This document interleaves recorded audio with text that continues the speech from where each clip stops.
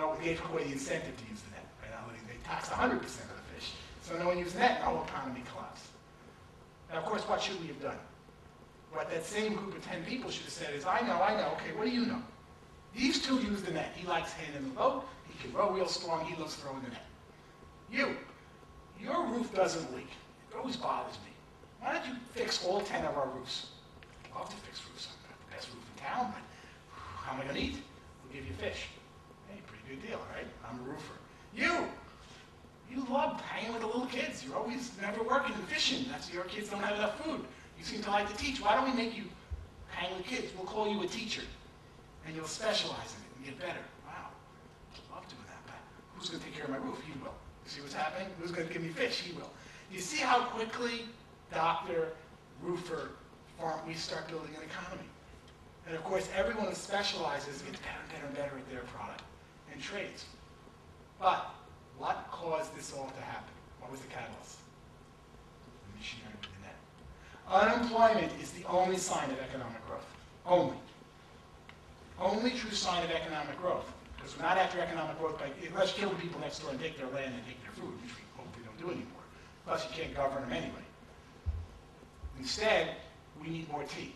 And to get more technology, the way we get it is true economic growth. When new technology comes, all of a sudden we have 2 people doing the work of 10. So we don't need 8. But then they go unemployed, and our government's unbelievable. Our government pays them money to not work, instead of paying them money to go to school to learn a new job.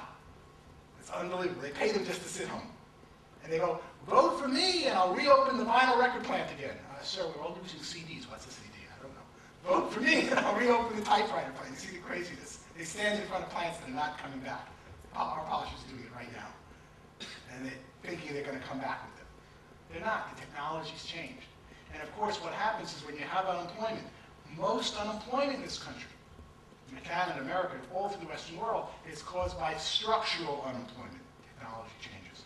We don't need you doing this. But we still have the output you were doing from the machine, or from 2 doing the work of 10. So we're no poorer as a society. And short-term will pay you money, but the unemployment has to be tied to education. Should be an education allowance that says if you're not enrolled in this, you have 2 months, find a job. Don't find it, next 10 months you better be in school, you don't get the unemployment check. And then you could give it to companies to go sponsor classes to see who they want to hire. I go on and on about this. But unemployment is the first sign of true economic long-term growth. And it only happens when technology change occurs. So I've covered what I wanted to here on the 6 laws of economic alchemy. You start to see how they're the foundation for almost anything happening in our business, in our economy. And at this point, I want to return to something that's very dear to me. You have a handout of the businesses I like so much, which is really the next millionaires. And when you look close, the most fascinating thing to me is why people today should really become an entrepreneur. So I'd like to go through this, and then having given you the theory, which is a lot to absorb, with 6 laws of economic alchemy, age of the entrepreneur, I then want to open this up for questions. First, I believe that not only will this be known as a democratization of wealth century, but also the age of an entrepreneur. And it's very funny in Canada and America, we've been there before. This nation was founded by who? Entrepreneurs. That's what a farmer is. They don't come here looking for a handout. They come here looking for barren land, without roads, without water, without anything. You know, you think it's hard today to start a business. And your ancestors started a business. Totally on their own. Nobody handed them anything but the land out in the bad weather to go build something. And what they spent it on excess, they ended up building roads, schools, houses, and the whole civilization. But the whole culture was an entrepreneur. And the 21st century will be known as a return to the age of the entrepreneur. And the reason for this is the reason people work for large companies in the first place. And what people don't realize is they come to something like this thinking, Daniel, let's spend some time with your coaches. Maybe I should start a business. Let's talk about it. And as if they have a choice. You have no choice. Because the meetings that you're not attending tonight are those by your boss or boss's boss saying, how do we get rid of this group of people, this group of people, this group of people with new technology, new methods. Nothing personal to you. But they're working on that every moment. And they're going to win, and here's why. Ron Coase is one of my mentors. Ron just passed away a few years ago. It is a fascinating story. In 1931, Ron Coase was a 21-year-old rich English kid at the London School of Economics. So in 1931, he wins a competition to study entrepreneurs. It was a brand new word. And he gets a scholarship for this 21-year-old kid to come to America. And he's going to study in the land of Horatio Alger, Thomas Edison, Sloan, General Motors, Edison's General Electric, and all these great entrepreneurs who became rich. Henry Ford. So he trucks over to America 21 in 1931, and he says, this is crazy. Of course, there was a Great Depression starting then. He said, this is America, where your definition, your name is Smith, your name is Miller, but you don't have to be a Smith or a Miller. You can do anything you want.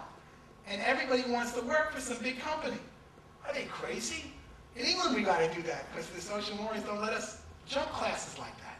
Why would, he started asking himself, in America, where everyone comes with nothing as an immigrant, why would people sell themselves like slaves to go work for someone else instead of start their own business? Fascinating question. He's an economist. He figures it out. He writes a paper in 1931, which wins the Nobel Prize for Economics in 1991. The paper is called The Nature of the Firm. And it answers the question, why would individuals willingly sell themselves from 8 o'clock to 6 o'clock to go work for someone else? And here's why. He used the example of you need a letter typed. You're working on Wall Street.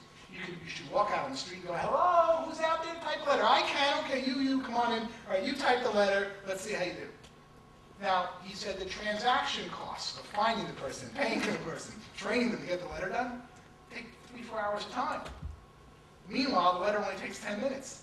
It would be better to just hire someone, even though you only need 2 letters a day. Does everyone start to see that? Just sit there every day in case I need a letter typed. You're my secretary. And what he went on about is the transaction cost between 2 individuals is so great to find them, pay them. In those days, you had one accountant for every 3 workers, just counting the money and handing out the checks and recording it. It was amazing without computers what it was like to just do compliance with the early SEC.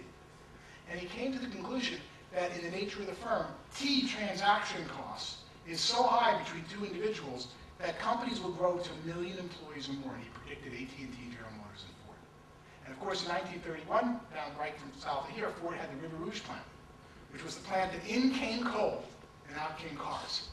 In one plant, they made the steel, they made the tires, everything. Why? Because you could walk around the plant and say, hey, the tires aren't working here, fix them. Hey, this steel isn't working. You see how before technology and communication, everything had to be under one roof, in one big place.